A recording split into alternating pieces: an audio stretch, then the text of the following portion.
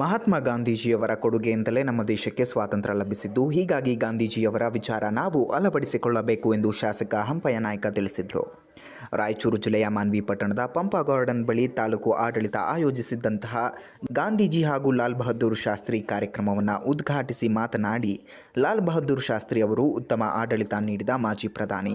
ಹೀಗಾಗಿ ಶಾಸ್ತ್ರಿ ಅವರ ವಿಚಾರದಂತೆ ರಾಜಕಾರಣಿಗಳು ನಡೆಯಬೇಕು ಎಂದರು. ಮಹಾತ್ಮ ಗಾಂಧೀಜಿಯವರು ಉಪವಾಸ ಸತ್ಯಾಗ್ರಹದ ಮೂಲಕ ಭಾರತ ದೇಶಕ್ಕಾಗಿ ಹೋರಾಡಿ ನಮಗೆ ನ್ಯಾಯ ಕೊಡುವುದಲ್ಲದೆ ಸ್ವಾತಂತ್ರ್ಯ ನೀಡಿದ ಮಹಾನ್ ನಾಯಕ ಎಂದರು. ಇರುವಂಥ ಕೆಲಸಗಳು ಅವರು ಮಾಡಿಕೊಟ್ಟ ಅಂತ ನಾವು ಹೇಳ್ಬೋದು.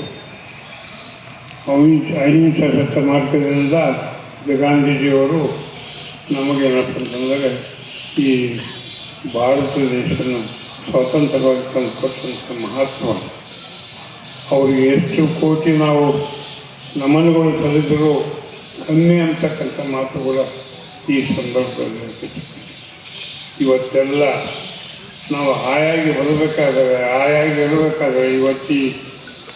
ಈ ನೆಲದಲ್ಲಿ ಇಷ್ಟು ಜನ ನಾವು ಕಲಿಬೇಕಾದರೆ ಗಾಂಧೀಜಿಯವರ ಪುಣ್ಯ ಅಂತ ನಾವು ಹೇಳಬೇಕು.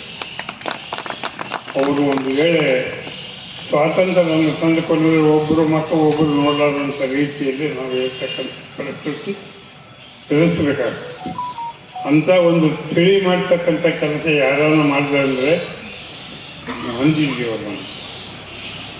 ಅದರ ಜೊತೆಗೆ ಇವತ್ತು ನಮ್ಮ ಭಾರತ ದೇಶದ ಮಾಜಿ ಪ್ರಧಾನರಾದಂಥ ಲಾಲ್ ಬಹದ್ದೂರ್ ಶಾಸ್ತ್ರಿಗಳು ಅದೇನಂತೀವಲ್ಲ, ಬಾಳ್ಬೇಕಾಗ್ತದೆ ತಿಳಿದ್ರೆ ಸಾಕಂತ ರೀತಿಯಲ್ಲಿ ಇವತ್ತು ಲಾಲ್ ಬಹದ್ದೂರ್ ಶಾಸ್ತ್ರಿಗಳು ತಮ್ಮದೇ ಆದ ಒಂದು ರೀತಿಯಲ್ಲಿ ಇವತ್ತು ಒಳ್ಳೆ ಒಂದು ಇದರಿಂದ ಭಾರತ ದೇಶ ಒಗ್ಗೂಡಿಸ್ತಕ್ಕಂಥ ಕೆಲಸ, ಒಗ್ಗೂಡಿಸಿ ನೆರವೇರಿಸ್ತಕ್ಕಂಥ ಕೆಲಸಗಳು ಕೂಡ ಇವತ್ತು ಪೂರ್ತಿ ಮಾಡ್ತಕ್ಕಂಥ ಕೆಲಸ ಸ್ವಲ್ಪ ದಿವಸದಲ್ಲೇ ಅವರೇನಂತಂದರೆ ರಾಜಕೀಯ ಮಾಡಿದರೂ ಒಳ್ಳೆಯ ಕೆಲಸ ಮಾಡಿ ಅವರು ಕಣ್ಮನೆ ಕೆಲಸ ನಾವು ಕಂಡಿದ್ದೇವೆ ಅಂತ ನಾವು ಹೇಳಬೇಕು.